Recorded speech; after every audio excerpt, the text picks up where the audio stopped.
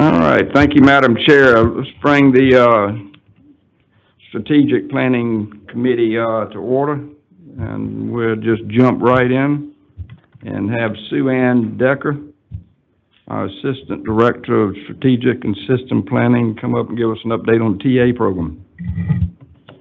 Good morning. The floor is yours. Thank you for having me this morning, members of the board, Commissioner. Yes, my name is Sue Ann Decker. I am one of the Assistant Directors of Planning, and I am going to be presenting to you this morning on our Transportation Alternatives or TA program. The Transportation Alternatives Program, hold on, let me get the thing on. Whoops, shut it off. There we go. Now we're cooking with gas. All right, so here we are, the Transportation Alternatives Program. All right, this is a federal program. It's a competitive program that supports alternative modes of transportation like biking and walking. Our funds are sub-allocated by population, which basically just means that the state is divided into certain funding pots based on how much population is in that area.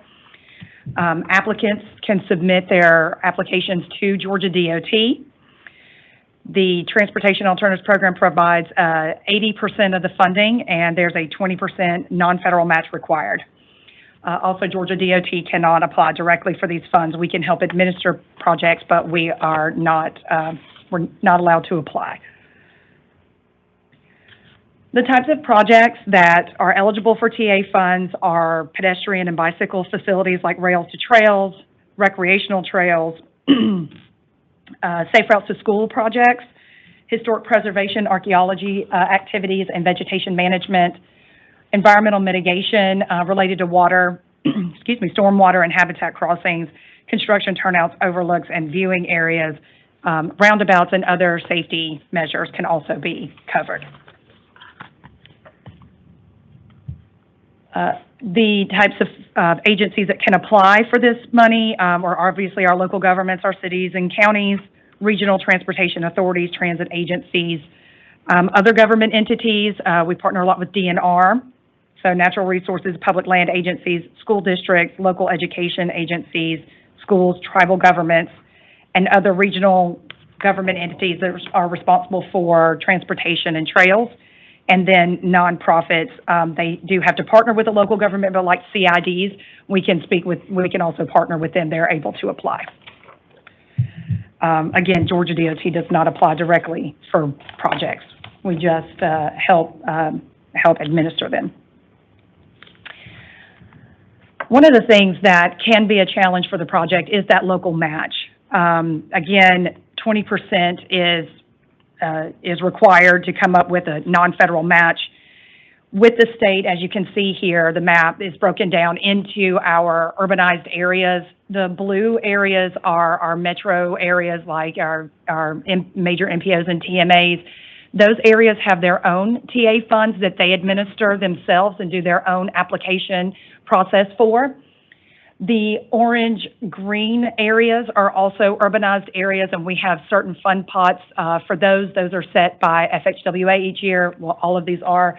And then the rest of the state is considered rural. That's the graded out part of the state. So for that large amount of the state, what we're looking at here is the average award for FY25 was about $550,000. We right now are awarding a lot of just preliminary engineering. That's why that award average is a little low there. But you can see the match required for that average is $137,000. There are places all over Georgia that really would struggle with their tax base to provide that sort of match. And then soft match is not an option. The chart here shows you PE right-of-way and construction averages that we did this past fiscal year, that average federal amount, and then what that match would be. So your match could range anywhere from $120,000 to over $500,000. Again, the rural part of the state would certainly struggle just to get the PE up and running, let alone property acquisition and construction. But that is where our partnership with CERTA and the Georgia Transportation Infrastructure Bank has come in. I'm so excited about this idea and this opportunity. The GTIP program provides a competitive grant and low-interest loan program to invest in local transportation projects to enhance mobility, drive economic development in communities throughout Georgia. By using this partnership with the State Transportation Infrastructure Bank, GTIB has set aside some money for that rural part of the state, which is an amazing opportunity for us. And GTIB investments accelerate project delivery by providing mobility and economic development benefits sooner, and they can reduce the cost for locals because there's a grant portion of this program as well. So what do we do with CERTA, and how are they helping us? Well, they are definitely supporting our Transportation Alternatives Program. You can see here that GDOT and the Transportation Alternatives Program is providing that 80% match. GTIB and CERTA are providing the 20% on top of that. This is only available for that lower population, which is less than 5,000, or rural parts of Georgia, up to $2 million a year, which is ecstatic for us. And one of the great things is that you don't have to apply to both agencies. Your application to TA, there's a little radio button. You can click on that application that says you are interested in match assistance, and then GDOT coordinates your application with GTIB and CERTA's eligibility requirements and funding availability. So we do that on behalf of that local sponsor. Here are our federal apportionment and award amounts. So how much does the federal government give Georgia DOT each year? Again, the areas with that were blue on that map, that's the first column you'll see there. The greater than 200K population are very urbanized areas. They get their own money, which ranges anywhere from, $18 to $19 million a year. And then you can see that the green areas, which are the 50 to 200, they get about 4. Then the orange areas get about 3. And then we get a ton of money in our rural parts. And again, this is where we struggle the most to find, match. But overall, the state gets about $26 to $25 million a year in this program. Last year, we awarded 23 projects with a total of $12.6 million. And we're super excited about that because we were able to get $11.1 million in rural Georgia, which is super exciting for us. Right now, we are working through our FY26 application process. We have 88 applications this year, which was amazing, great to go through, but certainly a heavy lift for planning. It's taken us a little bit longer than we anticipated. Our next committee meeting, we had to break it into 2 just to get them both done, is this coming at the end of this month, and by the end of July, we hope to have those awards finalized for our FY26. Here's a list of the 2023 to 2025 awardees. This is 56 project sponsors, a total of 269 projects, which you can see all over the state on the map there. Again, I just want to remind you, the reason you don't see so many in the Atlanta metro areas or any of the other metro areas is that they do have their own fund source that is administered by them, so they're not represented here. There are a few that we have stepped in to assist, but we allow them to, they get 19 million, so we just allow them to handle their own areas. An example of a 2025 project award, this has gone to construction. This is the pedestrian bridge over the Yahula Creek in Dahlonega, which is gorgeous. Right now we have pedestrians actually walking on that, the road bridge there on the shoulder to go from one trailhead to the other. We're really excited to get this. If you're ever in Dahlonega, you always want to stop, take pictures of Dahlonega. It's just such a gorgeous part of our state. And so now you're not doing that on the side of a state route. You get your own bridge to do that on. So thank you to the city of Dahlonega for that partnership. We provided 80% of this funding. The city provided the 20% for this one. So this is where you all come in. Where can you help TA? Well, we would love for you to talk to your local communities about this program and about this opportunity. So quickly want to give you what questions they may ask you if they're interested in this program. So the requirements, you must meet the TA eligibility requirements. You can refer back to that project list. So trails, rails to trails, sidewalks, crosswalks, signalized pedestrian crossings, roundabouts, things of that nature. And again, application assistance for that rural part of the state is available. That's done by our team here at GDOT. We do have to figure out where that match is going to come from. Again, if you are in the rural part of the state and are requesting match assistance, there's just a little button you have to click on the application. And then the LAP certification is recommended only because these are federal projects and it's not an easy process to get federal projects done. So the projects that they submit to us they need to understand that it's federal money, and sometimes the projects that we get submitted are easier done without federal money than with federal money. So the next steps is right now we're looking at FY26 awards at the end of the summer, hopefully by the end of July. Our application period for FY26, we hope to open in Q1 of 2026. Applications are reviewed by a committee, which includes several offices, not just planning, but here at GDOT and FHWA. And awards are sent out after that review period.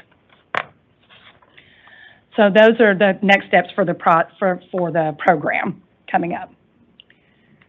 And the results. So far, we're really excited that we've been able to, this is Chattooga, we were able to get these types of projects underway, especially in downtown areas.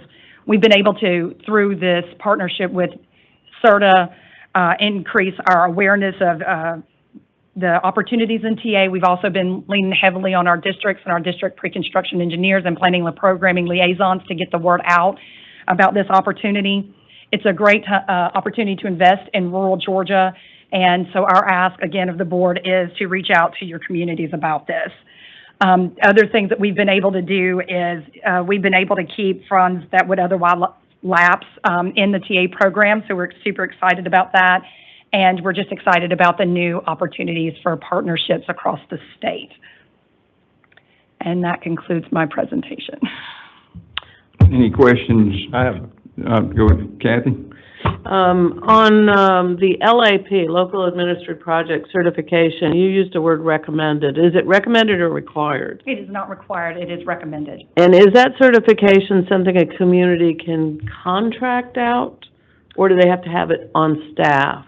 I believe the requirement is a staff person on staff. That's very difficult for rural communities. I mean, Quitman County has a county clerk. He literally fixes the commodes in the jail. So why is that have to be on staff? I mean, is there a reason, or is it something that we could explore to have contracted out? Let her phone in a friend here, because that's not. So it's saying that if the county or city is going to administer the project, that they have staff who can be in responsible charge, because they do have to meet all the federal requirements, and we have had situations where local governments had to pay back federal money because they didn't meet those requirements. So if they do not have staff, then we can administer the project for them. Okay. But if they want to administer the project, which hopefully they can, for a local project, it's better if they are the face of the project and can do that. And if they have staff available, the training is free, the certification is free. We offer it online. Yeah, the problem is they don't have the staff. Totally understand. So there is an alternative in that GDOT can administer it for them with their potential partner input, et cetera. Okay, well, that's great. Is it recommended or is it required? If they are going to administer it, it is required. Okay. Thank you. The TAP rules also require that local governments have to make the requests of the state DOT to administer the project. We can't volunteer that, they have to ask. But so you can say wink, wink, nod, nod. If you ask, GDOT's likely to to do that. And Mr. Chairman, while I've got the microphone, I just want to say thanks to Sue Ann for her work in this program, but also really to Janine. I tell Janine that she spins her hats often, and she spun her CERTA hat because this has been a very hard program to administer, and it's been very difficult because of the complications we just talked about to advance these projects. But the planning team and Janine didn't just give up and say, oh, well, we're just going to let these dollars not be used. They found a way to, again, through the GTIB process, which, again, need to advertise there's an infrastructure bank out there as well. That's very well funded this year, by the way. They found a way to, again, cobble these things together so that we can get these transportation benefits throughout rural Georgia and in the MPOs as well. So I just tip of the cap for, not just saying, forget it, we can't figure it out, to continue to work to try to deploy these dollars. So just a word of thanks.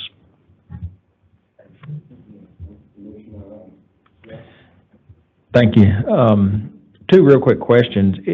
Is there a pathway for private, for-profit sponsors to participate in this, and if so, what that might look like? I don't think so, sir. Okay. I'm not aware of a way that they would be able to participate. My second question is, would this program allow for a project that would be like an overhead pedestrian walkway, like over a street or a highway? Yes, sir. The Okay. pedestrian bridge that I showed earlier over the lake could also be put okay. over a state route. Yeah. That's absolutely doable. Yes, sir. Thank you. Joe? Yeah, Mr. Chair, and again, I just want to add thanks to Sue Ann and people that do this, because representing the Atlanta Gap, one of the first things I talked about with them was the fantastic support they got on this project, and others too, and other communities I've chatted with have been very interested. So thank you for all you do in making that happen. Thank you. I do want to add that on these applications, when we run into some issues, the staff also does a debrief with the applicant to let them know how they can strengthen their application. And if their application isn't very good for federal funds, we often do recommend that maybe they seek funding at GTIB, since it's a state program versus federal. So we're trying very hard to get to a yes, sir. We really do. And yes, Janine has been amazing to work with on this. It's been very near and dear to my heart. I grew up kind of with the Safe Routes to School program when it first came up, and I was at the traffic office and safety. So I love to see this be a way that program can continue. So thank you so much for your time, board. I really appreciate it. Thank you. Any other questions from members of the board? Sue Ann, thank you for I'd like to echo the commissioner's comments. Thank you, and Janine, for the great work you do. Having represented rural Georgia for a long, long time, it means a lot to us. Thank you so much for that, and maybe you can get some stuff out to the board and we can help you a little bit. We'd love it. All right, you got it. Thank you. Any other questions? If there are none, we stand adjourned. Thank you, Sue Ann, also from Congressional District 2. I'd like to call the Intermodal Committee to order and ask for Patricia Smith, our Transit Program Manager, to come forward and update us on the implementation statewide transit plan and transit development plans. Okay. Good morning, Madam Chair, Transportation Board, and Commissioner. Today's presentation will highlight the statewide transit plan and some of the initiatives, as well as the ultimate focus being on rural transit in Georgia.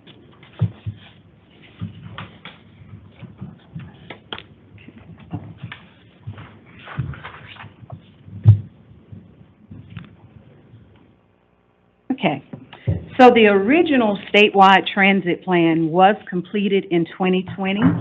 The vision statement was to improve the quality of life and economic opportunities for all Georgians by supporting an innovative, connected, reliable, and accessible multimodal public transportation network. So we had 5 goals.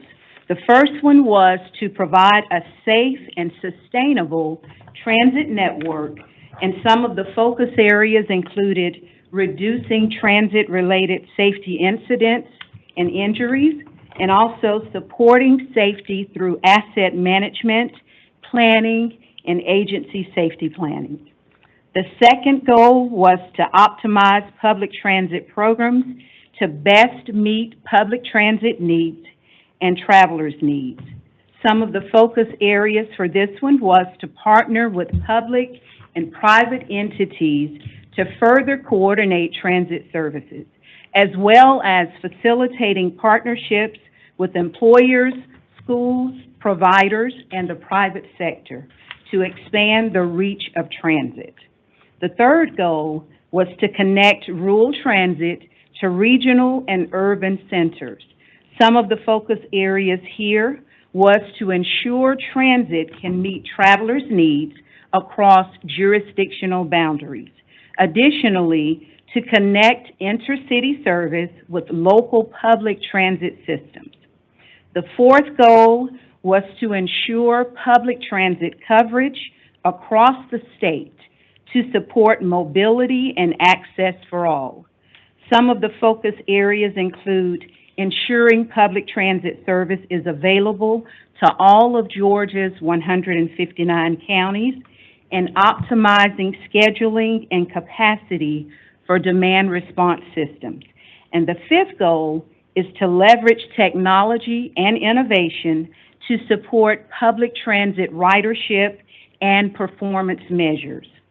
Some of the focus areas include providing transit users accurate and real-time service information and updates, and implementing strategies that improve transit performance, reliability, and convenience. As of December 31st, 2023, 130 of Georgia's 159 counties are currently served by public transit. We do have a goal to expand transit statewide to all 159 counties. Of those 130 counties, over 77% are served by rural transit. Here in the transit program, we have a total of 29 staff, and this includes 10 embedded contract staff from our program compliance and our transit on-call contractors. GDOT is the state's designated recipient for Federal Transit Administration rural and small urban transit and planning grant programs. In federal fiscal year 2025, a total of $52.7 million in FTA funding was apportioned to the programs administered by GDOT to support transit. The funding amounts include $1.7 million to planning, and this is for our 5303 subrecipients, which are the MPOs, as well as the 5304, which is the regional commissions, $20 million to our small urban subrecipients, and this is the 5307 fixed route.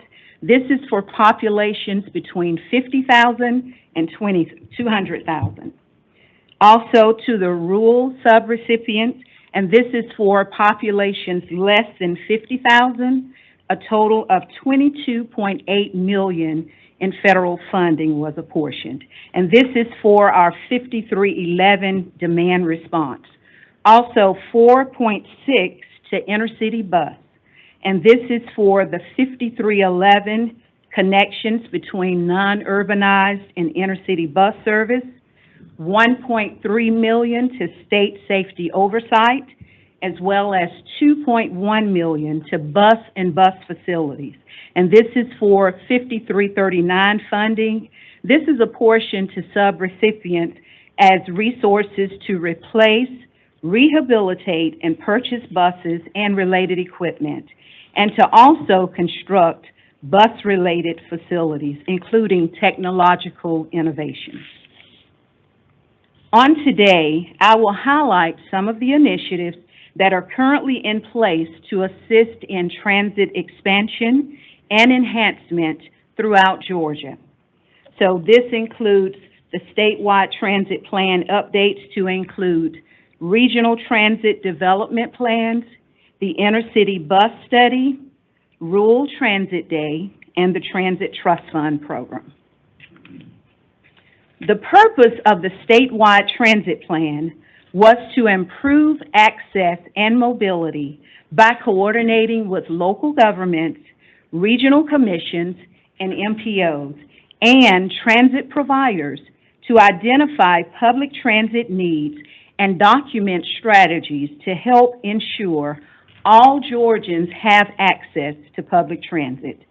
A total of 35 strategies were developed and placed into 3 overarching categories. The first one is administrative tools and guidance. The focus here was to assist with planning and program delivery support, workforce development, and new programs to improve mobility and support reliable rural transit service statewide. The second focus strategy was transit service enhancement. The focus here was to improve the rider experience by enhancing transit system safety, ease of use, efficiency and reliability, and pedestrian and bicycle connections. And the third strategy was transit service expansion. The focus here is to increase service coverage through implementation of new transit services. These include additional routes, coordination between adjacent services, formation of regional systems, additional vehicles, expanded hours of service, and higher service frequencies. Over 200 local, regional, and statewide plans were reviewed to provide input on the statewide transit plan. There was also collaboration with the Department of Human Services, who provides a coordinated transportation system, and Department of Community Health that provides non-emergency medical transportation.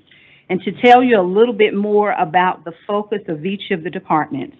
So for GDOT, we focus on public transit for rural and small urban populations. This includes federal operating dollars of 50% federal, and also the sub-recipients have to give a local match of 50%, as well as capital. So for capital, that's 80% federal, 10% state, and 10% local. The operators are governmental entities or private nonprofits. For the Department of Human Services, the focus is on a coordinated transportation system that provides services for seniors, low-income families, individuals with disabilities, and vocational training. The system is funded by federal and state sources to meet match requirements. Contractors are paid a per-trip rate. The operators are governmental entities, private nonprofits, and profit companies. DHS is currently looking at a different model. And then for the Department of Community Health, the focus is on non-emergency medical transportation to medically necessary services for eligible Medicaid members. The funding is 67% federal and 32% state. The operators are subcontractors selected and managed by brokers. So for the statewide transit plan, several performance measures were developed as a baseline to evaluate our progress towards achieving goals and objectives to transit enhancement and expansion, and I'm going to focus on a couple of those. So for population served by transit, 89.6% of Georgia's population is served by transit. This includes 87.9% of the disabled community. Transit and DHS coordinated systems, 99 counties, which is 62.3%, are served by public transit and DHS coordinated systems, which provides over 1 million trips annually. Inner-city stations served by local transit includes Greyhound inner-city bus stops in locations also served by local bus transit. And I will provide you a little bit more on the inner-city bus. Okay, moving on, transit development plans.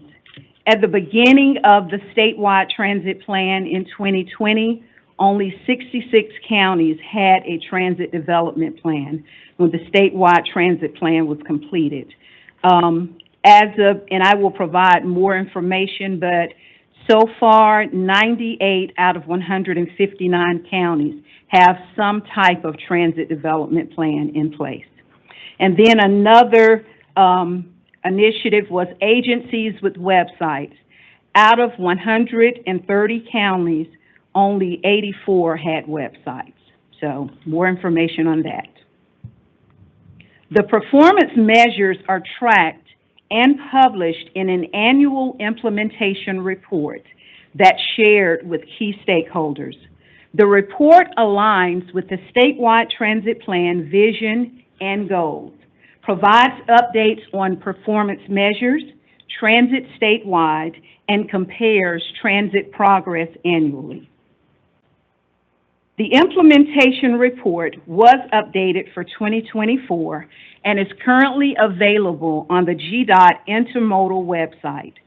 Some of the highlights from that plan include increase in the number of transit agencies that provide GTFS data to 10, and that GTFS stands for General Transit Feed Specification.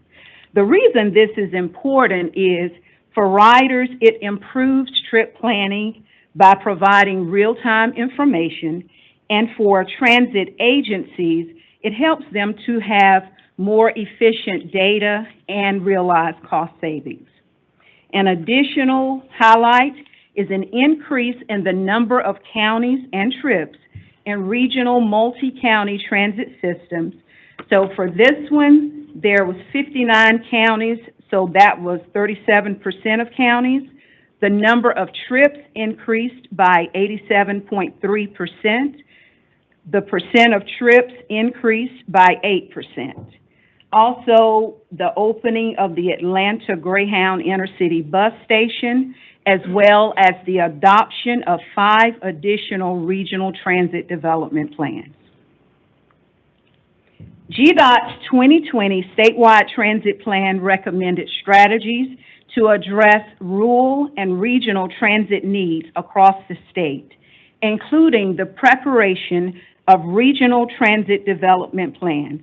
The primary focus areas are regional transit coordination, expansion of rural transit to serve counties without public transit, and advancement of regional partnerships to accommodate cross-country trips.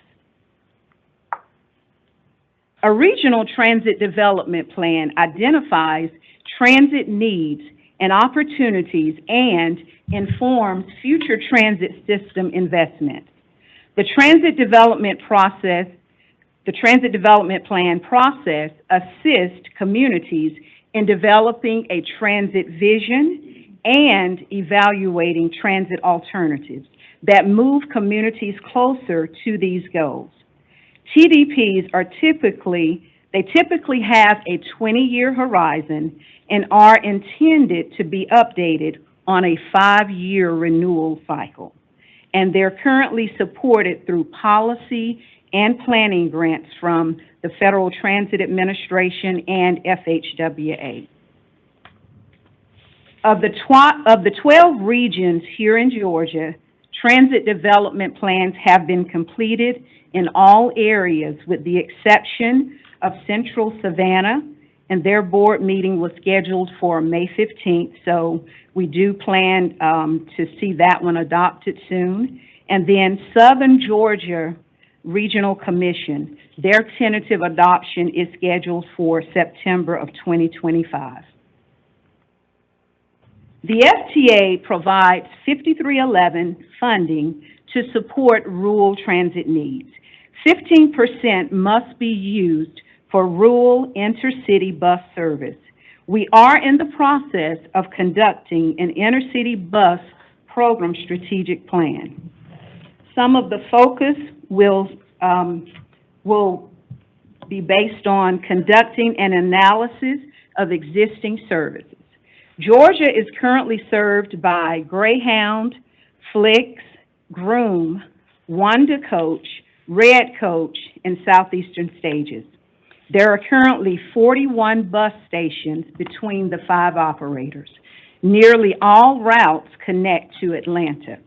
GDOT currently contracts with Greyhound and Southeastern Stages. So there are plans, once the intercity bus study is complete, to reach out to the existing rural transit providers.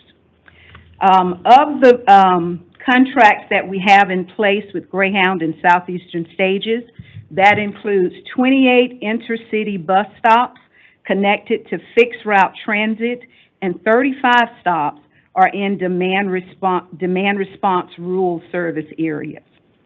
The second focus in this area is rural intercity bus potential.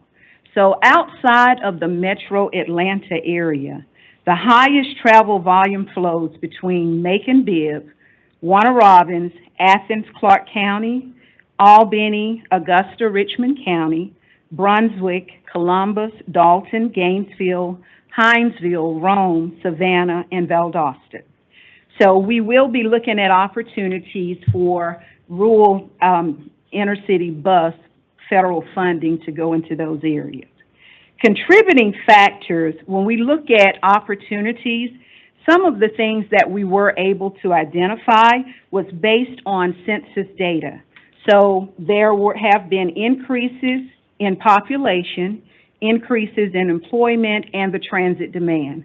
So of course, this has caused us to recognize the need to look at intercity bus services in several of these areas. Another area that we looked at was the market analysis to identify areas where the strongest demand is. And some of those are intercity bus service potential with focuses on population and employment density, intercity bus needs, and this examines socioeconomic factors like income, vehicle availability, age, English proficiency, and disability status. These are factors that correlate with the higher likelihood of using transit. We also looked at, we're looking at key destinations such as educational institutions, military bases, correctional facilities, medical facilities, and major employment hubs, as well as travel flow. And that's basically how people move in Georgia. The gaps identification, so for this particular area, we're looking at the travel demand score, and the scores are being compared to existing services to identify gaps. Okay, so moving on to Transit Trust Fund. In January of 2023, GDOT launched the Transit Trust Fund program. This program uses a population-based formula based on 2020 census data to distribute state funding to Georgia counties outside of the 13-county ATL region, with existing transit service to further support public transportation across the state. The Transit Trust Fund program is funded by the Transit Trust Fund, by the Transportation Trust Fund. The Georgia General Assembly passed House Bill 105, which established fees on for-hire ground transportation service intended to fund transit projects within the state. For fiscal year 2023 through 2025, we have distributed a total of $30.7 million. Funds are allocated using a 2020 census data as follows. The first layer, which is 55% to all transit agencies outside of the ATL region. The second layer is 25% to transit agencies serving multi-county or regional areas outside of the ATL region. And the third layer is 20% to counties with average household incomes below the federal poverty level. Okay? And then the last thing I want to talk about is National Rural Transit Day. So National Rural Transit Day is a celebration that was established by National RTAP. The first one was held on July the 16th, 2019, and this holiday is celebrated every year. So this holiday focuses on what transit agencies are doing to recognize passengers and staff on Rural Transit Day and throughout the year. We encourage all GDOT rural transit agencies to participate in this important event every year. As of 2024 or last year, we had a total of 14 transit agencies that participated. Some of the activities included certificates to drivers, promoting transit on social media, distributing pens, pencils, keychains, and magnets to passengers. Some of them passed a resolution, Fare-Free Day. Some of them adopt a Fare-Free Day just on Rural Transit Day. We also, here at GDOT in the transit program, completed a podcast with the Office of Communications, and we also promoted the event on social media. And we also participated in a national RTAP blog. Okay, so that's the updates for transit. Thank you very much, Patricia. Are there questions? Mr. Stoner? Thank you, quick, Patricia, I just want to say, appreciate the effort y'all are doing. This is a tough issue Yes. to deal with. You may be aware, I think several members are aware that my previous service in the Senate, I chaired the Intermodal Rail and Transit Subcommittee. So when I came here to GDOT, I specifically asked for this committee, which isn't always the case. Most people ask for this committee. But you mentioned something in your comments, I may ask you to elaborate on. And the reason I'm asking, because of what I do for a living, I deal with a lot of local local governments and cities and counties and also regional commissions. And you made a comment, something about the Department of Human Services is changing or doing something different with their model. Yes. And do you know what that is exactly? Because I'm hearing rumblings in other parts of the state that's creating problems. We're still waiting to hear what the latest update is. We do know that there was a plan for them to look at the way that transit is provided. I think they were looking at having it done by 1 or 2 contractors. So we're still waiting to receive an update. Okay. The reason I raise this is my understanding it's some standards that they're doing that are at least the indication I was getting, and I'll speak specifically to the River Valley Commission, which has one provider, and obviously they're the folks coordinating that for that region, and that whatever standards that they were coming up with would basically eliminate that one provider. That was the indication I was getting, and that there was no one to replace that one provider potentially in that part of the state. So obviously, obviously you don't have any say in that matter, but it's an issue that I suspect is not just River Valley, but some other communities, different communities may have some similar issues. But just wanted to bring that. I'm glad to hear that obviously y'all are paying attention. Yeah. But it's something that, we need to be aware of, asking why a department may be creating an issue, and I don't mean they're doing it on purpose. But, we all work in government. We all know sometimes the left hand doesn't understand what the right hand is doing or vice versa. And this is a fragile program, I'll put it the best at times. So anyway, thank you, ma'am. Appreciate that. You're welcome. Thank you, Mr. Boswell.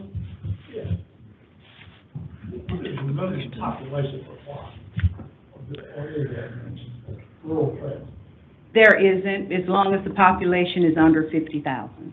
Under 50. Under 50. You mentioned Clark County, and I couldn't, there's so much information here. And are they, in their part, not rural, obviously, but, their transportation, are electric vehicles required now, or? No, they're not required. That is an option for subrecipients, but it's not a requirement. Okay, thank you. Okay, you're welcome. Any other questions? I have one. If you could go back to slide 32, please. I just want to make sure I understood that slide. So these are the regional TDPs, but not just rural, because I see South. I don't see River Valley on here. I guess the easiest question. are they excluded for a reason, or did it just get missed on the list? They actually got missed on the Okay. list. I just counted. All right, that's fine, that's fine, I just wanted to, 12. I just wanted to make sure I wasn't missing something. All right, Patricia, thank you very much for the update. You're welcome. That concludes the intermodal committee agenda, and we stand adjourned. I would now will call the committee at the whole to order, and we're going to ask Chris Rudd, who is our Director of Engineer, to come forward to present the bridge program overview today for us. Welcome. Well, thank you.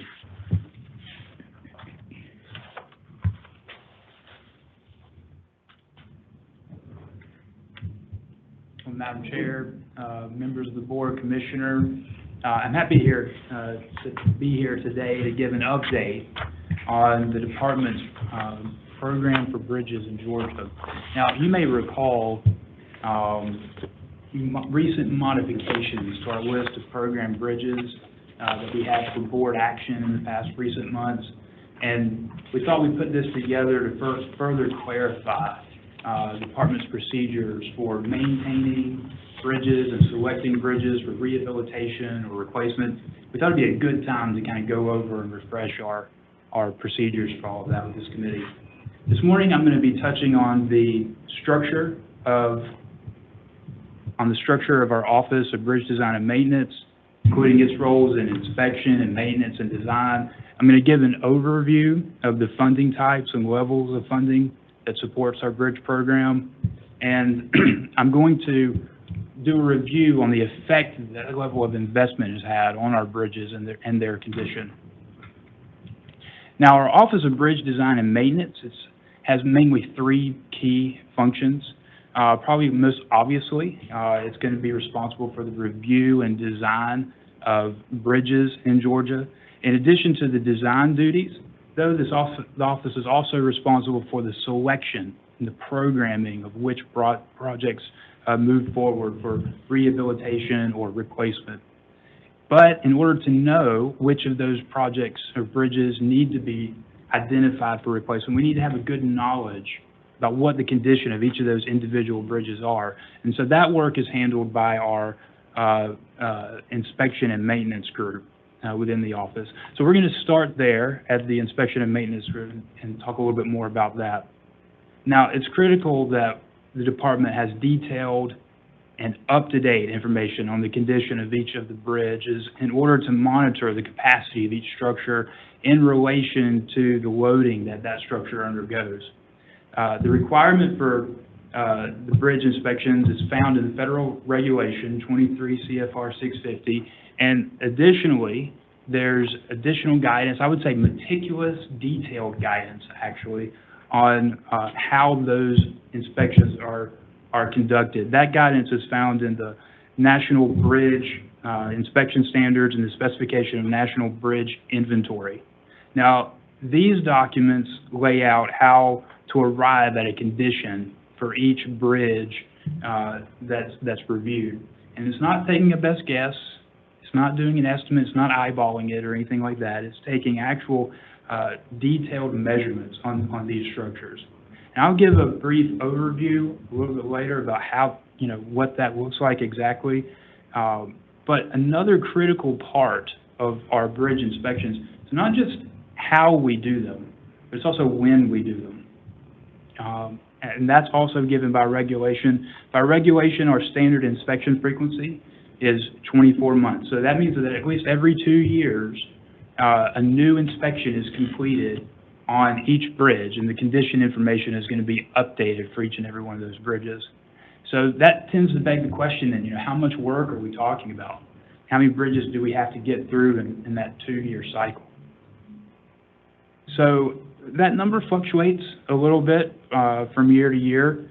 Our projects sometimes will add a few bridges to our inventory, but generally speaking, we're approaching about 15,000 bridges here in the state of Georgia, and we typically add a couple dozen or so new bridges every year to our inventory.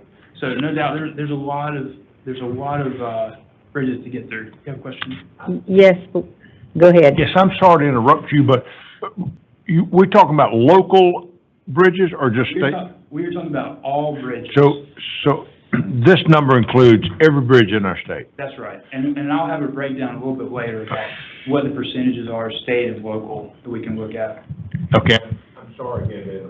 No worries. So we've got to get through about 15,000 bridges to review and inspect on a 2-year cycle regularly.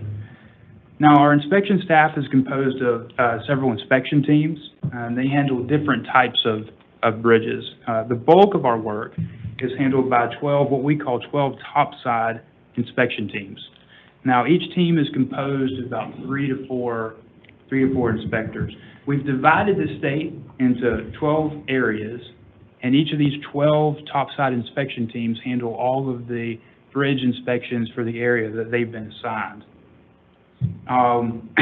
These topside inspection teams are able to complete the inspections of most of our typical bridges, especially where there's easy access to the structure, usually through ladders or some similar kind of device like that. However, we do sometimes have structures that, aren't as easy to access. Occasionally our bridges cross something called water, so we've got to dive down deep and review the vents down there, something that we can't see above the surface. So we've got a couple of dive teams that handle that kind of work specifically. And now, in addition to that, we have other sometimes unique situations that come up. So, for instance, there might be a bridge that's much higher than a ladder would allow for, or maybe the structure itself has some sort of unique characteristic that needs to be inspected in a unique way. Well, in those cases, we have 2 specialized inspection teams that we'll use to complete the inspection on those structures. You can see from this picture how sometimes you might need a specialized piece of equipment to hang over the bridge to look up underneath it. Now, all of our inspection teams are working tremendously hard in what and I would call it sometimes very dangerous kinds of situations, so that we can maintain a good level of information about the condition of our bridges, so that if there's a condition that arises, we can respond quickly to that. And not only is it a lot of hard work, it's a lot of training to be a good GDOT inspector. We ensure that all of our inspectors are well-versed in the regulations surrounding bridge inspections through a series of trainings. Now, obviously, this starts with a basic level of training, which results in each inspector being able to identify deficiencies of bridge and then recommend repairs for that deficiency.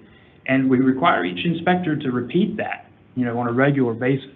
And then in addition to that kind of basic and regular ongoing training, we have other more specialized trainings that might deal with special situations that arise on structures, or to deal with the dangerous nature of their work environment. Now, we really believe that these bridge condition reports that our inspectors put together, they're critical for us to kind of keep a thumb on how do we maintain our structures in good condition. So these trainings are part of our strategy for keeping those inspection reports kind of on target. Another important aspect, though, to this is that we have to have confidence that they're done consistently, right? And these trainings help us do that consistently. Now, some states, they outsource a lot of their inspection staff.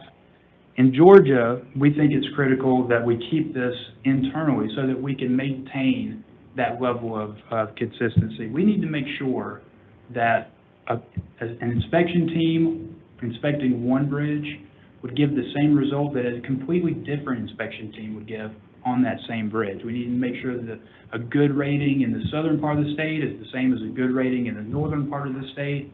And then even over time, a good rating today is the same as a good rating 2 years ago or 4 years ago, so that we can have consistency and know what our numbers are telling us. Well, what does a bridge inspection report look like?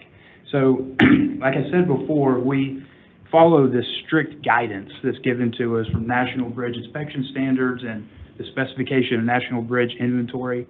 And it calls for the review of each component part of a bridge. So what it calls an element of a bridge. So each element is reviewed, and then if a deficiency is spotted, the team is going to go and measure that deficiency, right? So they'll measure the length of a crack, or they'll measure the area of an abrasion, and then that in turn is compared to the overall length or area of that element, right? And then once all of these elements are inspected, a final report with supporting pictures and a write-up is completed, and then an overall condition is computed, right, for each bridge. And then bridges are going to be rated on a scale of good, fair, poor, or severe. Now, as bridges age, right, we have normal wear and tear and weathering and things like that. That's going to potentially cause a reduction in the structural capacity of the bridge. And once that capacity falls below a particular normal loading, it becomes necessary to alert drivers that the bridge is no longer suitable for all loads, and that a detour may be needed for drivers that are having a heavier load. So inspectors are our first key indicator of when a bridge may require posting. Now, GDOT has a standardized process for determining when the posting, what the posting requirements are for a bridge. So after a regular inspection is completed by an inspection team, the results are then going to be reviewed by a reviewer. The reviewer usually consists of looking at the write-up, looking at the pictures, comparing that, making sure that they agree with the overall condition that the inspection team arrived at based off of those pictures and write-up. And then he's going to concur with the overall rating that was given by the inspection team. Now, if it's the case that a bridge condition has potentially deteriorated based off of that condition to the point that it may be questionable as to the capacity, then it will be requested that a load rating be done by a separate team.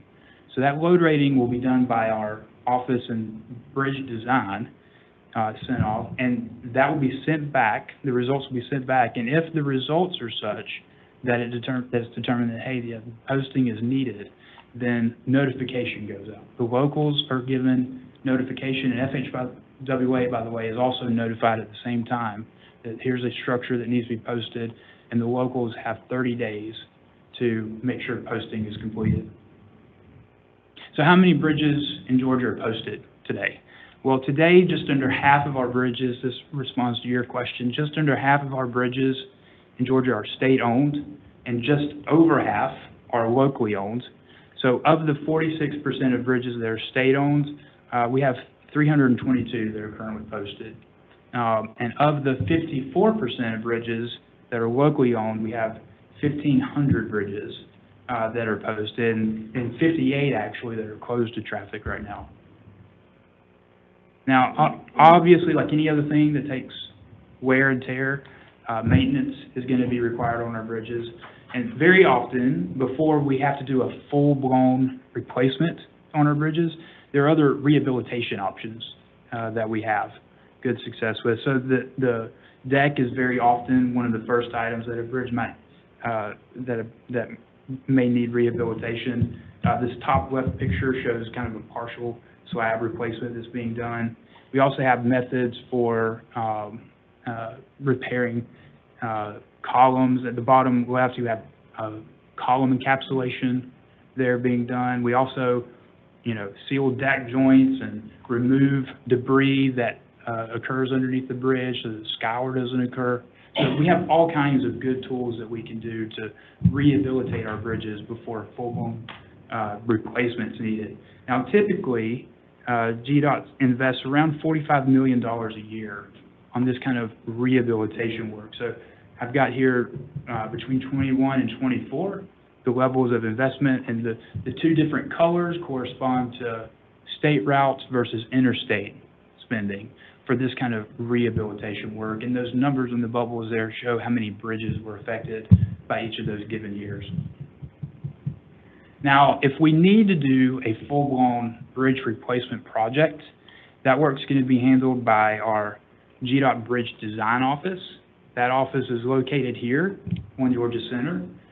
It's composed of 6 design groups who are responsible not only for the design of any GDOT bridges that we elect to design in-house, but they also review all of the bridges that are done by any of our, qualified consulting firms. That office also has a hydraulics group, a policy group for bridge standards, a technical services group, and a programming team. And that programming team is the ones that are responsible for the development of our bridge program. Now, in Georgia, bridge funding is provided out of one of 3 funding sources. So the bulk of bridge replacement funding is standard federal funding. And this funding can apply to any project, regardless of the owner, regardless of the complexity of the bridge. And currently, we allocate around $268 million for this funding source for all phases, so design, right-of-way, and construction of bridge replacement projects. Federal funding is also allowed through a separate, smaller fund source that we use for low-impact bridges. So we use $21 million annually that we allot for to administer the replacement of bridges that meet certain federally spelled out thresholds for these low-impact bridges. And then in addition to those 2 federal sources, GDOT allocates $30 million a year for these bridge replacement projects. Now, very often, when locals are stretched for funding and need a bridge replacement project, this LIBP fund source that I mentioned is potentially a good match for them. Now, I will go over a few requirements for LIBP. Like I said, there are some federal thresholds for LIBP. A project like this essentially has to be a simple project, right? Mainly the bridge has to already be deficient in some way. It has to be very simple to stage. So the local municipality has to have concurred with an off-site detour. That's how we're going to stage these bridges. And the right-of-way needs for these bridges must be very minimal, usually limited to just easements, really, if anything. The project cannot include a railroad crossing, can't include a FEMA regulatory floodway. It can't be classified as historic, can't have complex utility issues, can't have complex environmental issues. The traffic has to be below a certain amount.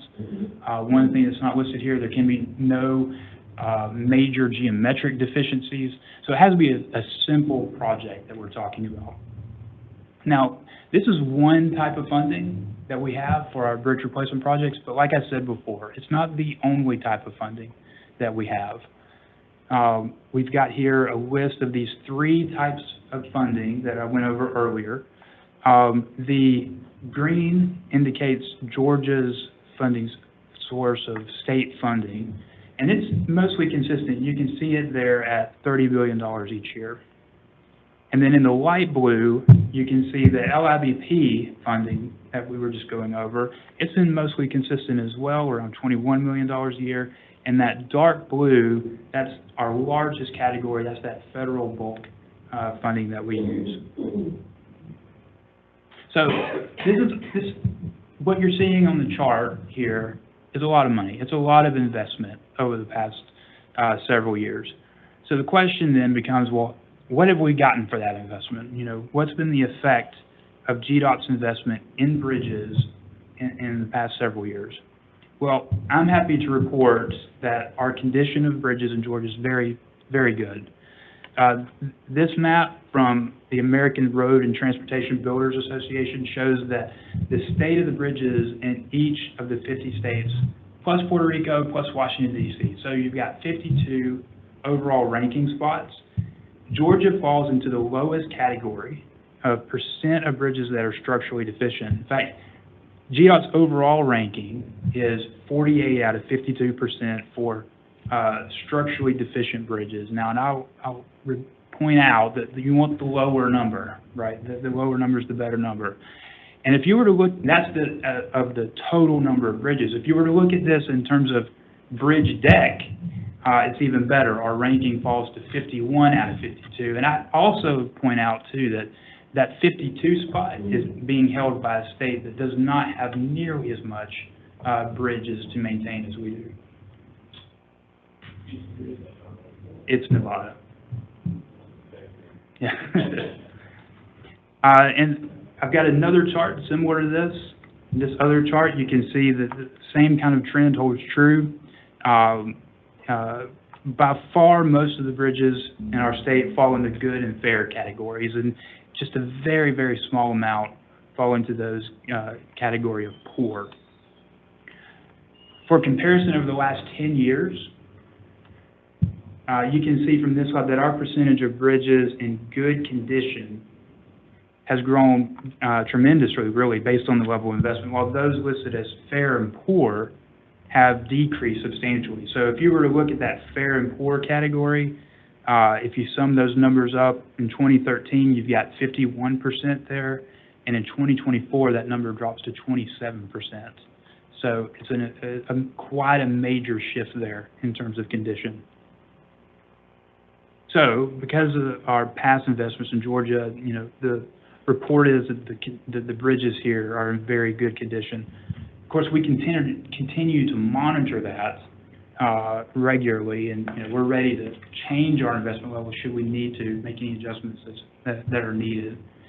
That's all that I really got this morning. I want to thank you all for your close attention. You know, I would like to end by saying that as my time as Director of Engineering here, you know, I've come to see the employees in our Office of Bridge Design. They're very diligent, very dedicated.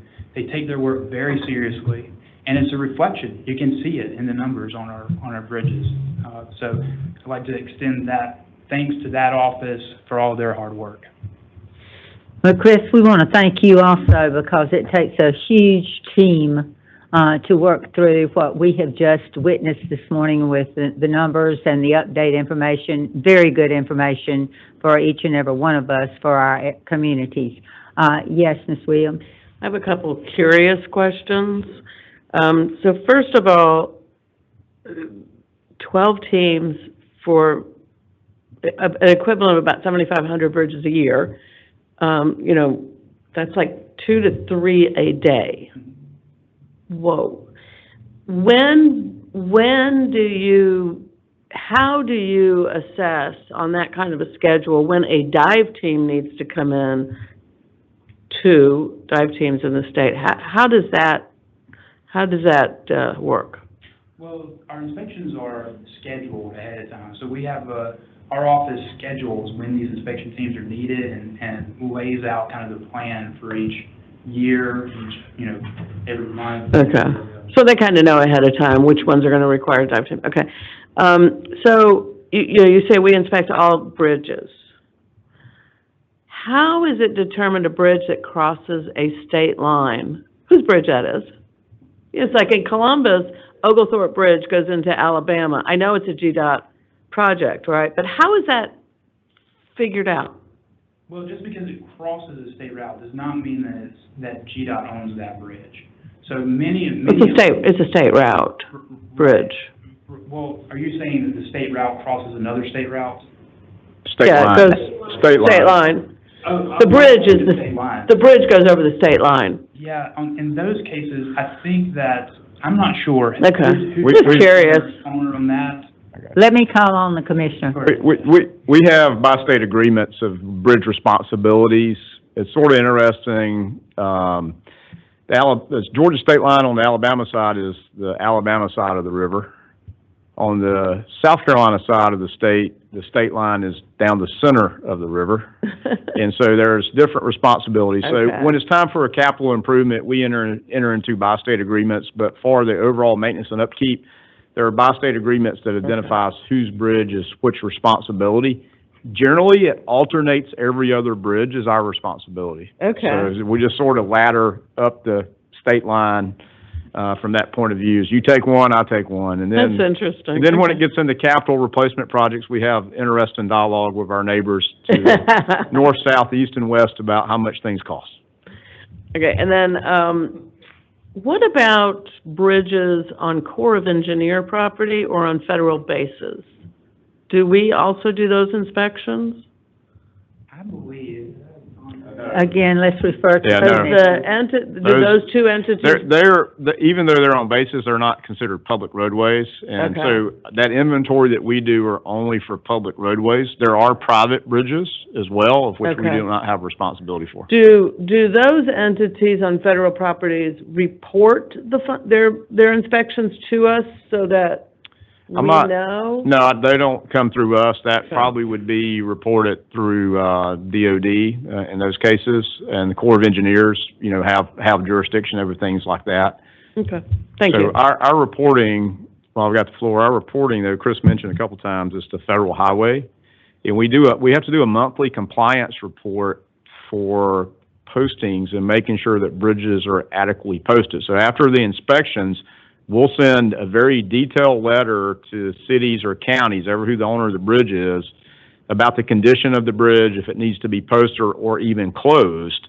And then we have to follow up with them, local governments, to make sure they're properly posted or properly closed. We have to report that to Federal Highway on a monthly basis. Federal Highway very much watches this.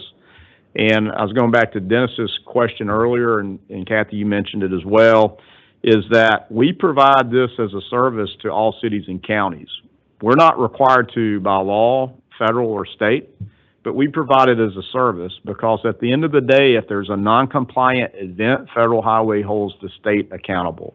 There has been other states that have had federal dollars potentially withheld or held up because of local governments not being in compliance with this federal requirement of inspection every 2 years and following the NBIS requirement. So we provide this as a service to cities and counties. They do provide a total inventory to every county and city that are bridge owner of a detailed report of the maintenance needs that are needed as well. So when counties say, hey, I've got a bridge maintenance issue, we've already provided them a report that says these are the things that need to be repaired or rehabbed. Do I have any other questions or comments? Yes, Mr. Russell, to your point, do we have the authority to close a local bridge? We do not.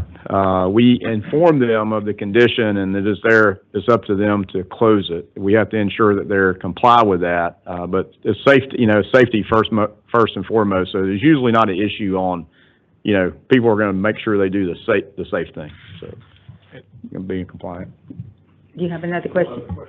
So what age does a bridge need to reach before it gets in your two-year cycle for inspections?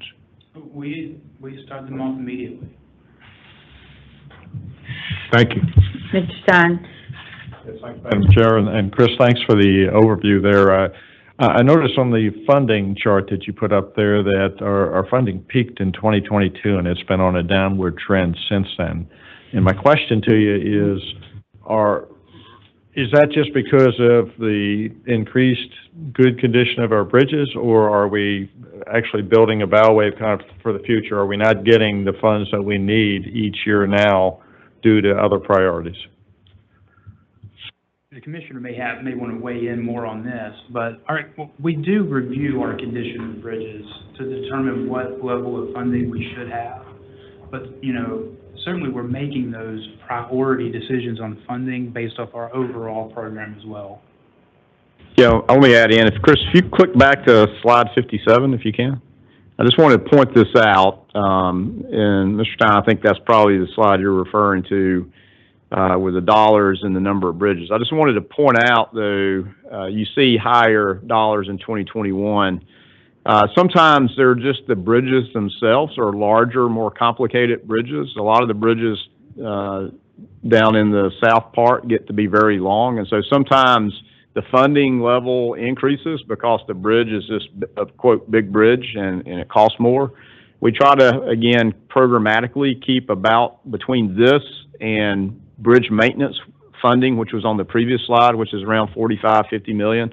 We try to hover in that about $400 million programmatic approach to bridge when I say bridge replacements, that's design, right-of-way, environmental, utilities, actual bridge replacement cost programmatically. So we try to hover in right around that $375, $400 million per year. But what I want to call out on this slide was, look at the number of bridges in 2024, 46.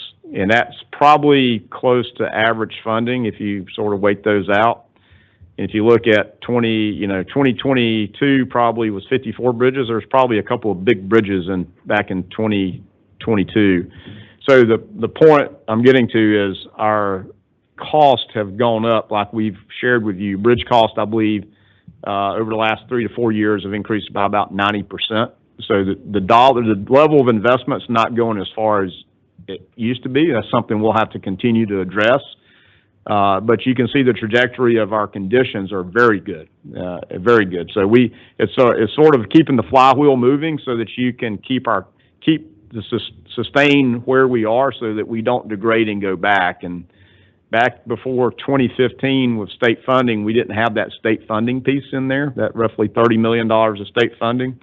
And also that got our bridges on good trajectories. We had several rounds of general obligation bonds back in 15, 16, and maybe 2017. I'm looking to Meg. She's not looking at me, but trying to remember, we had several bond packages, her and Angela, we had several bond packages of $50 and $100 million year over year that really brought our conditions into alignment of where we are now, so we can just sort of sustain where we are. But we've got a big bridge that down in Darien that's will consume almost all that budget in one bridge, and so you have these sort of peaks and valleys. But we're trying to sustain about $400 million. That number's probably got to creep up just due to inflation and cost to sustain. Mr. Gravely? Thank you. My question goes along the lines of the funding to the general's question, but I think, Russell, you may have answered it, Commissioner. So in 15, when House Bill 60 was passed, that gave us a good trajectory, or at least an infusion, because I know we all got a copy of the bridges in our district, but had that not been passed, would that have we wouldn't be where we are today? No kidding. Yes. So, yes, that was a big turn in our bridge condition. Okay. And we were about middle of the pack nation in the nation as far as overall condition. That really turned our trajectory, and then the bond infusion of the bond money really kick-started us to getting a lot of bridges replaced. And now we're sort of in that. We've continued to get them. My joke about bridges, they're like all of us. They tend to get older and have more ailments the older we get. And so it's just a continued investment that we have to, as these bridges. I think average bridge age is, Dennis had a good question, average bridge age 50-something years old, 54, 55, I can't remember, something like that. Most of them design lives are 50. The bigger bridges we design for 100 now. So they're the majority, on average, they've lived their service life, and that's why bridge rehabilitation and the maintenance Chris talked about is so important. Is we can extend another 2, 5, 10 years of bridge life, that just defers that capital cost to the future. So. Okay, thank you. Mr. Stein, do you have another question? Just as a follow-on there to the same point, what I was trying to hit at here, and I think you partially answered, I just want to make sure I understand correctly. And as I understand, with our asphalt budget, with the dramatic increase in the prices of asphalt, and we're looking at the condition of our roads across the state, although we're having investment that's brought to us, frankly, by our lawmakers, it sounds to me like we're falling behind a little bit, even though we've invested so much based on the needs we have. And so what I was trying to do here is just get a sense that with the level of investment we have available right now, knowing that we had the infusion with State Bill 60, knowing the fact that we've increased the general condition of our bridges, but do we have enough money in the budget each year now, from what you see, to maintain that high level of bridge condition for the foreseeable future, or are we now facing another little bit of a bow wave given what you project as funding for the next few years? My strategic answer to that is more funding solves a lot of problems, but I feel okay where we are now, but we do need to continue to watch this, and we don't want to degrade. We've got to where we need to be. Like I said, we need to continue to make this right strategic investment, but we do have the bridge in Darien's, you know, a couple $100 million bridge, one bridge. So we've got to overcome those kind of issues to keep the trajectory on. So that'll be something we continue to talk with, continue to work with our planning partners with, continue to inform the General Assembly, you know, about what our conditions are, because we don't want to go back to where we were. It's too costly. So it's hard to answer because again, they're doing inspections every day. Something may pop up on a bridge that deteriorated quicker. I will mention that Chris showed our state route postings. When the increased truck weights went into place, that's why those postings are so big. Before that, I forget, we were double digits of bridges that were posted, but now that the increased weights have gone up, we had to post more bridges because they just simply can't hold that new load. So, if we want to try to get rid of those postings, then that's a significant issue. We looked at that previously to try to do like to try to get rid of the posted bridges due to increased weight, and it was $4 or $5 billion, I recall, something like that, just to get those gone to hold the legal load. So the long rambling answer is more investment will certainly help, but we don't want it to degrade, and we're going to continue to watch that, and certainly we'll sound an alarm if we see that we're retreating in the condition. I will entertain one more question because we need to move on, but Chris will be available so that we can continue this discussion afterwards if you so like. So, Doug Stoner. Thank you, Madam Chair. Actually, to make a point, and I know the Commissioner has to be strategic in his answers, is since we passed HB 170 in 2015, which was the overall raising of motor fuel taxes and other fees to help fund transportation, which we hadn't touched that since 1971. Hopefully, and we've lost in that time, based on figures I've looked at, we've lost 60% of our purchasing power since 2015, most of it in the last 5 years.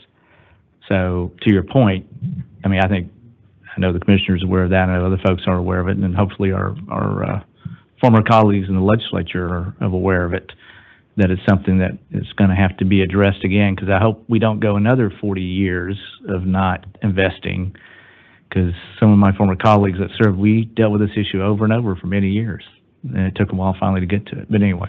Thank you. Chris, if you don't mind, just stay around in case some of our other board members may have a question, or some of those that have been asking questions, and we'll move forward. Thank you for a very interesting report and something very important to us across the state of Georgia. So thank you very much. Moving forward, I would like to ask Ms. Emily Fish if she will come forward. She's our Assistant State Maintenance Engineer with Emergency Operations, and she's going to give us an update in regards to our hurricane season prep as we go forward, and also the Helene update about the past storm that we would like to forget about and the devastation that it has caused our state. Thank you for being here today. Good morning, Madam Chair, members of the Board, Commissioner. Happy to be here again to talk about Helene. It's been a year, right? Well, let me get to my presentation. So I'm going to talk about the Helene recovery. This will probably be the last time I'm up here talking about it as a big wrap up. So that's what you'll get today. And then I also, because we are now in what you would call recovery, which is post-disaster, I'm going to talk about the intricacies of what that looks like for GDOT and recovering those funds from FEMA. And then we'll go into some after actions, what we learned as an agency, and what we're going to do for the 2025 season and what the outlook is. So a final wrap up on Helene. We had 2,134 employees at GDOT that actively responded to this disaster. So over half the agency was hands-on during Helene throughout up until now. We're still working on her. We had over 250,000 hours of time, employee time to that. So if you want to break that down, that's 3 weeks per person. Some people worked less, some people worked more, but the average is 3 weeks of commitment from this agency for response to Helene. We have completed our active debris operation, so that is great. We hauled 4.788 million cubic yards of debris to 35 debris sites around the state. For a visual, that is 224 football fields, sideline to sideline, end zone to end zone, stacked 10 feet high of debris. It's just amazing. I mean, I thought it was important to have a visual for that. It's a lot of debris. So some final stats. Last year was a wild year, and into this year for disasters around the country and here in this state. So from August 6th to February 4th, there were 186 calendar days, and 119 of those were under a state of emergency in Georgia. So Governor Kemp had declared states of emergency for 119 days.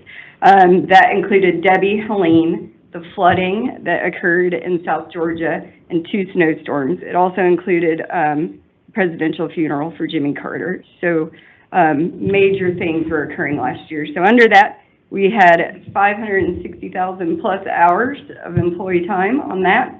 2,500 employees responded to these disasters and events across the state. And 248 of those employees did all of those. So they were moving around the state, they had specialized expertise, they deployed, whatever the situation may be. But that means they were brine drivers during snow and ice. That means they were out there on the chainsaw teams during Helene and Debbie, which is amazing. So I thought those were just really cool stats to show and share the dedication of our employees. So what is FEMA Public Assistance? FEMA is the Federal Emergency Management Agency. FEMA Public Assistance comes in after a large disaster. So Hurricane Debbie, Hurricane Helene, those are 2 disasters that got FEMA assistance over the past couple of years.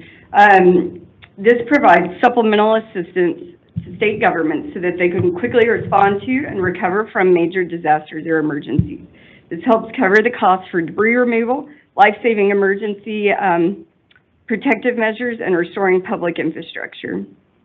There is a cost share the majority of the time. Most of the time, the cost share is FEMA will cover 75% of the cost for the amount of time during the emergency, and the agency or responding entity will cover 25% of that cost. So there are times, extenuating circumstances like Helene, where FEMA will do 100%, so it's dollar for dollar reimbursements. So Hurricane Helene is one of the ones that got 100% reimbursement. This is all administered through the Federal Emergency Management Agency. Work is categorized as emergency work as a result of the declared event. So Helene, in this case, it must be within the designated declaration area. There were about 90 plus counties this last time, and it must be the legal responsibility of the applicant. So for this discussion, GDOT is the applicant. What do we file for? We file for all debris operations, picking up the debris, chipping the debris, hauling the debris, labor of our employees, contractors, equipment, materials, contract work, deployments, and an indirect administrative cost. So again, for us, that comes in a reimbursement after the disaster and when we can provide the documentation. We just finished debris operations, so we're 9 months into this and still doing documentation. So it sounds easy and straightforward, right? But it's federal. I took these from the manual that we use to file these reimbursements. It's very labor intensive. There's a staff of us that do this, and then we have some people helping us with it. But for each of the 2,134 employees that I talked about that worked on the left side of your screen, we have to provide the documentation that you see on these bullet points. It's tiny, there's a lot of it, but we must cover every single day, every single hour, every piece of their response to Hurricane Helene. And then on the right side is just another sampling. That is for every piece of equipment that we utilized. We have to track the hours that it was in the field, the equipment number, which employee was using that equipment at that time. And so it becomes incredibly tedious And so, but we have to do this to get the funding back. And all documents will be asked for. Some of them you'll see, if requested, beside it, but for a disaster this large, they're gonna ask for every bit of it. So just wanted to show that. So for debris, which is a different category for FEMA, first off, it must meet 3 requirements: eliminating immediate threats to life, public health, and safety. So when we're out there picking up debris, it must meet those requirements. And then eliminating the immediate threats to damage to improved public or private property, and ensuring the economic recovery of the community at large. So for debris, we must also provide everything on the right side of your screen. We hold 88,681 loads of debris. So each load has at least 1 page of documentation that goes with it, and it's really about 5 pages of documentation. And we have to track it from the location that it was picked up, from the coordinates that we picked up that tree, to its final resting location at a disposal site, which truck hauled it, which hauler hauled it, every piece of it. So yeah. So that is where we're at on filing. But here is how we did this internally. As you can imagine, this process takes months and sometimes years to do. So in the meantime, we want to thank the governor and the legislature for providing $200 million to cover the expenditures for this year on this, to start moving funding back into GDOT to pay for all of this response that we did. We had to set out some parameters and work with FEMA to go, this is how we're going to fund this, this is how we're going to apply for all of this. So we broke it down into 5 different reimbursements, essentially.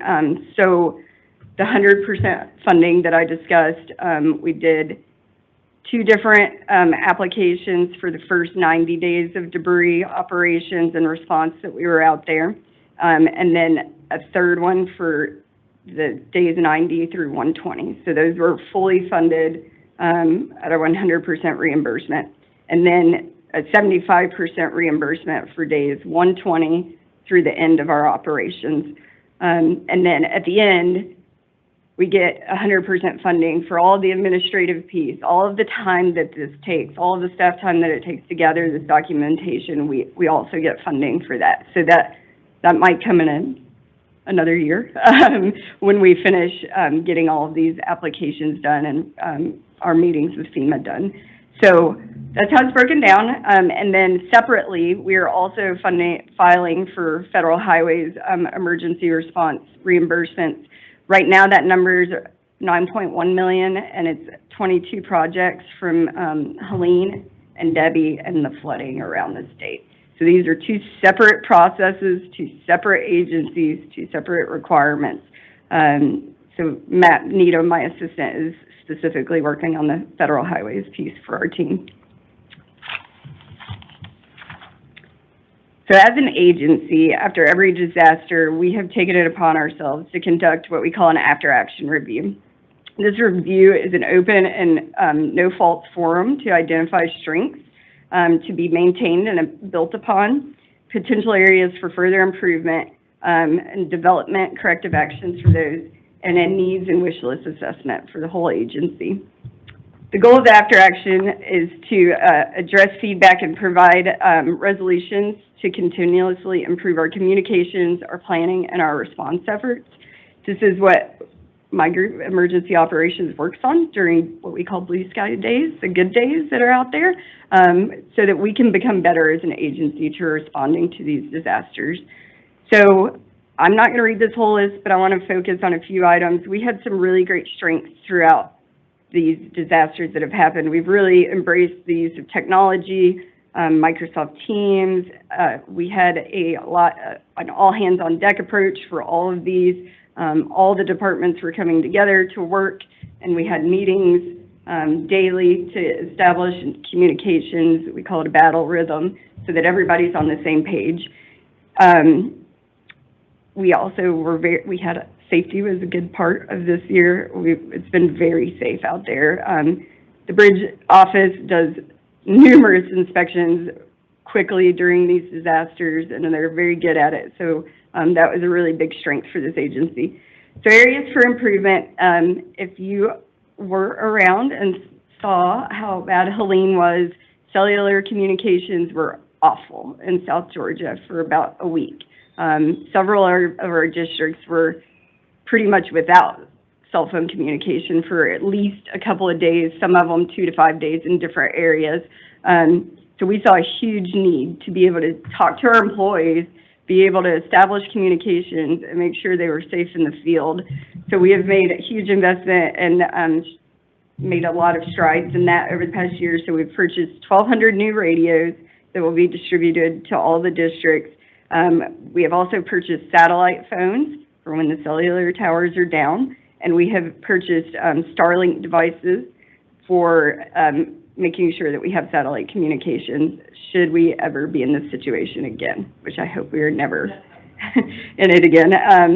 So these are really big strides, and we took a lot of time to make sure we had this new technology out there. Another one that I wanted to highlight is we have mobile fuel pods. They are diesel or just regular gasoline pods, but they're in each district, and after a disaster, there may be limited fuel around, and we certainly had that this year. Gas stations were without power. It was hard to get fuel.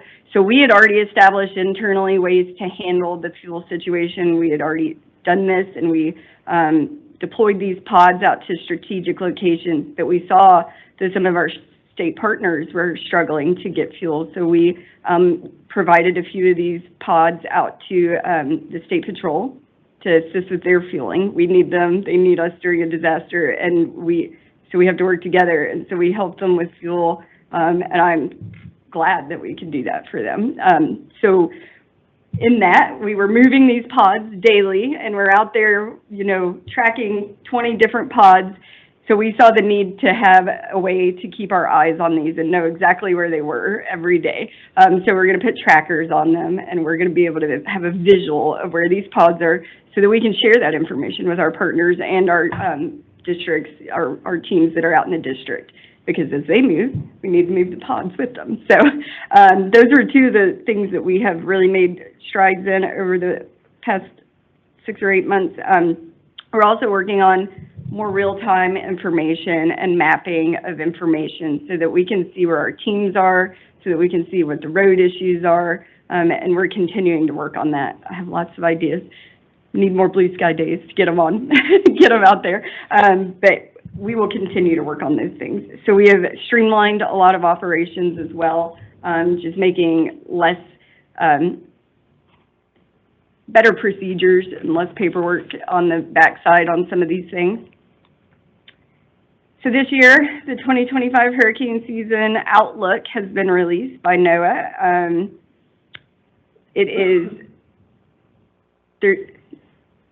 There's a 60% chance of it being an above normal, above average hurricane season this year. This has been the case for the past few years.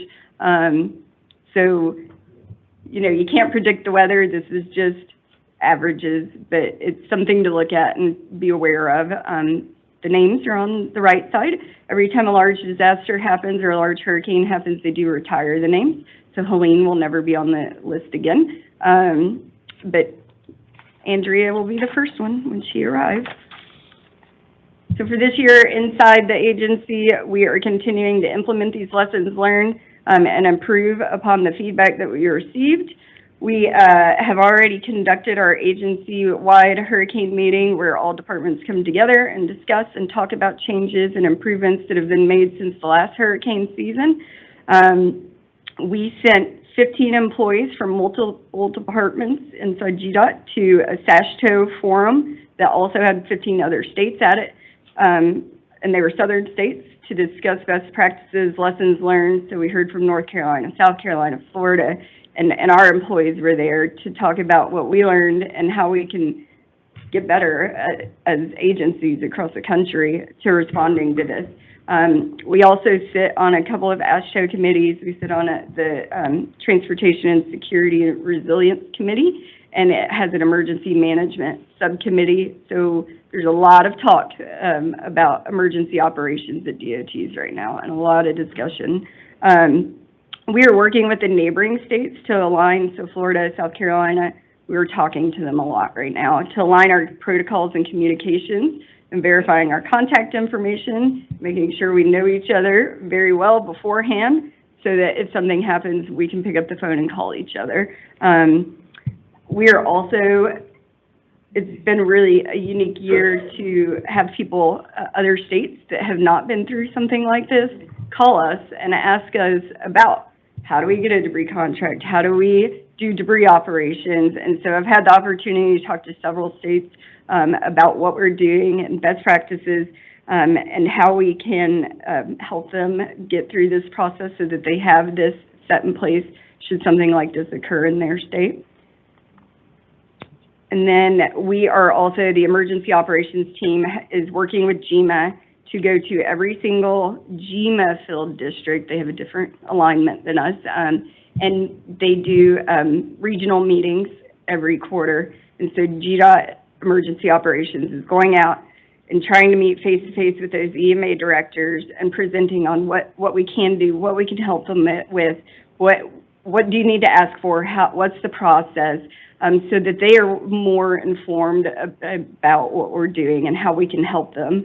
And so we're trying to make it, I think they have 8 districts or regions. We're trying to make it to all 8 of them this year. We've been to 3 or 4 of them at this point, but we have multiple ones on the books over the next month. But I think this is a really great opportunity. There's 159 counties, 159 EMA directors. And the more we can reach, the more we can touch base with them and share this information, the better we're going to be able to respond and help them post-disaster.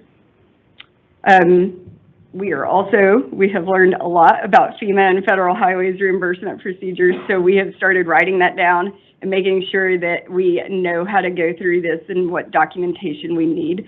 We were pretty strong on FEMA before this, and we're just getting better at it as we go.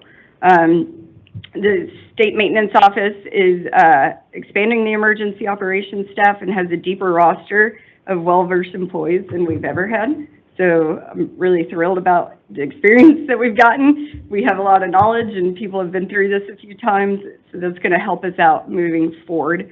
Lastly, the districts all do a dry run each year, which is making sure their employees know their routes that they work on, especially if they're in a district that is contraflow. We go out and check all the gates, they check their equipment, and make sure every employee is ready for hurricane season and what response looks like. So it's been a really great year to have the experience under our belts, and I think we're better prepared than ever, and I hope we don't have to respond. A great report, and thank you, because you've touched many points that I think the state experiences throughout the hurricane season, but also with snow, with the various things that we in the north have and we in the south don't have, and vice versa. But there's no way to be accurate at times with these hurricanes when they come in. Normally you consider the coast of Georgia, but now they're coming straight through the center of Georgia. So I want to thank you for you and all the others that have worked so carefully to help with the FEMA process and what has been going on, and we certainly appreciate that report. Do I have anyone with a question? Yes, Mr. Boswell. How long does it take us to get reimbursed, fully reimbursed? It depends. From federal?